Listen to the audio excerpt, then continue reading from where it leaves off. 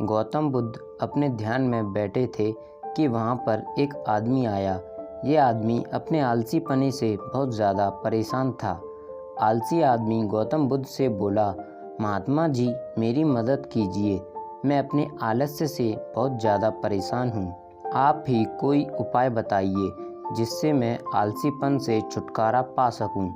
गौतम बुद्ध ने उस व्यक्ति से कहा, पहले मुझे यह बताओ कि तुम्हें क्यों लगता है कि तुम आलसी हो। आलसी आदमी बोला, सिर्फ मुझे नहीं, मेरे परिवार वालों को और मेरे आसपास के सभी लोगों को ऐसा लगता है कि मैं आलसी हूँ।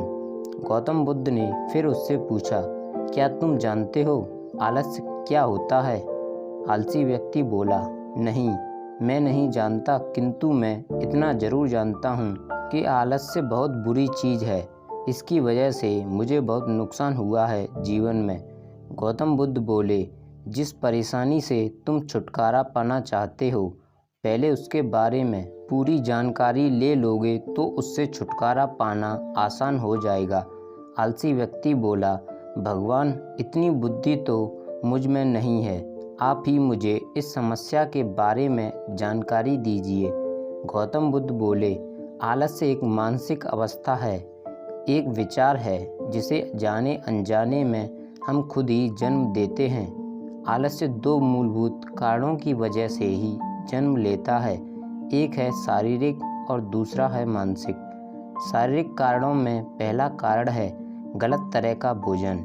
हम सभी जानते हैं कि हमारे शरीर को भोजन से ऊर्जा मिलती है और यह ऊर्जा सजीव चीज़ों से मिले तो अच्छी, यानी कि प्राकृतिक रूप से जो हमें भोजन की वस्तुएं प्राप्त होती हैं, उनसे अगर यह ऊर्जा मिले तो हमारा शरीर इससे अच्छी ऊर्जा प्राप्त करता है।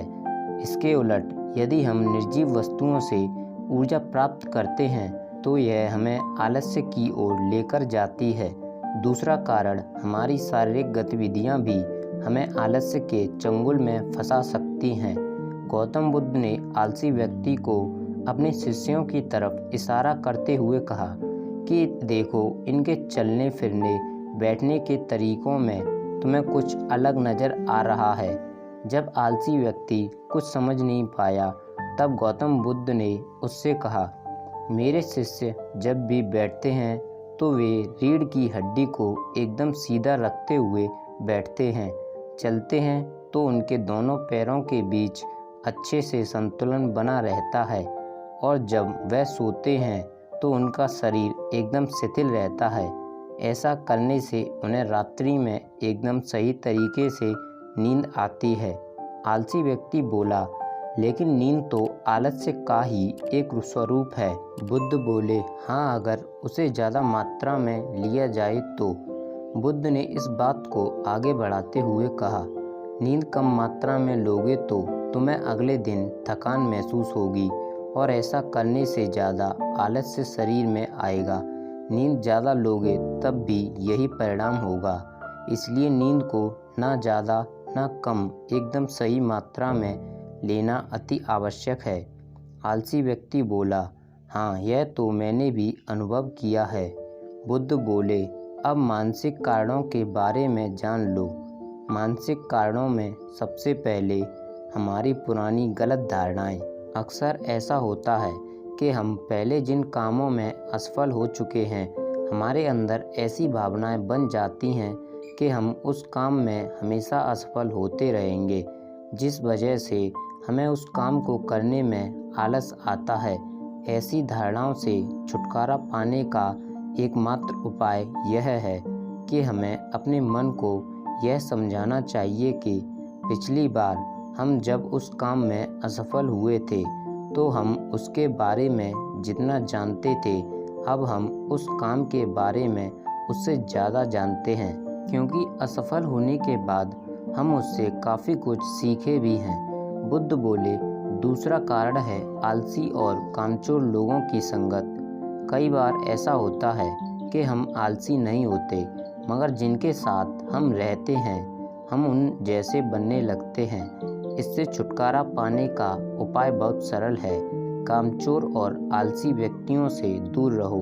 ऐसे व्यक्तियों की संगत में रहो जो अपने काम को बड़ी लगन से करते हैं, और तुम्हें कुछ सिखा पाएं।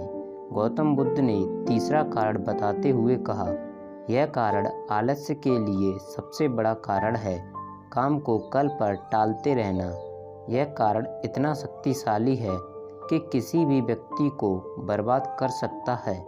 इससे बचने का सबसे आसान उपाय यह है कि जो काम जितनी जल्दी संभव हो उतनी जल्दी कर दिया जाए। गौतम बुद्ध ने आलसी व्यक्ति से एक सवाल पूछा, मान लो तुम किसी रेगिस्तान में फंस गए हो और तुम्हें प्यास लगी है, तो तुम क्या करोगे? आलसी व्यक्ति बोला, मैं जल्दी ही रेगिस्तान के आसपास कोई गांव की तलाश करूंगा या ऐसी जगह की तलाश करूंगा जहां पर मुझे पानी मिल सके।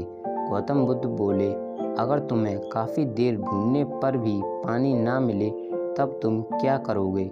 आलसी व्यक्ति बोला, मैं तब भी अपनी तलाश जारी रखूंगा, क्योंकि ऐसी परिस्थिति में मेरे पास कोई और दूसरा विकल्प तो होगा ही नहीं।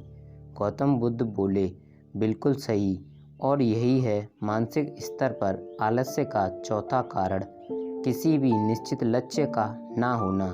यह भी आलस की ओर लेकर जाता है। अब सुनो पांचवें कारण के बारे में। गौतम बुद्ध बोले, सोचो कि तुम्हारे पास काफ़ी सारे सोने के दागने हैं जो तुम्हें एक जगह से दूसरी जगह लेकर जाना है। तुम चलते चलते थक जाते हो और किसी पेड़ के नीचे बैठ जाते हो और तभी तुम्हें दूर से तुम्हारी तरफ दौड़कर आ रहे डाकू दिखाई देते हैं। तो क्या तब भी तुम आलस करके वहीं बैठे रहोगे या ऐसी परिस्थिति में तुम वहां से उठकर दौड़ने लगोगे? आलसी व्यक्ति बोला, जी मुझे वहां से दौड़ना ही पड़ेगा, नहीं तो मेरी जान और सोने के दागने दोनों खतरे में पड़ जाएंगे। बुद्ध बोले, यानी कि तुम्हारे पास एक ठोस वजह होगी दौड़ने के लिए। यही है आलस्य का पांचवा कारण, किसी भी काम के लिए ठोस वजह का ना होना। आलसी व्यक्ति महात्मा बुद्ध की बातों से संतुष्ट हुआ। वह बोला, महात्मा जी, मैं अब आलस्य के बारे में सब कुछ जान चुका हूँ और अब मैं इन सभी कारणों पर काम करूँगा और अपने आलस्य को दूर भगा दूँगा।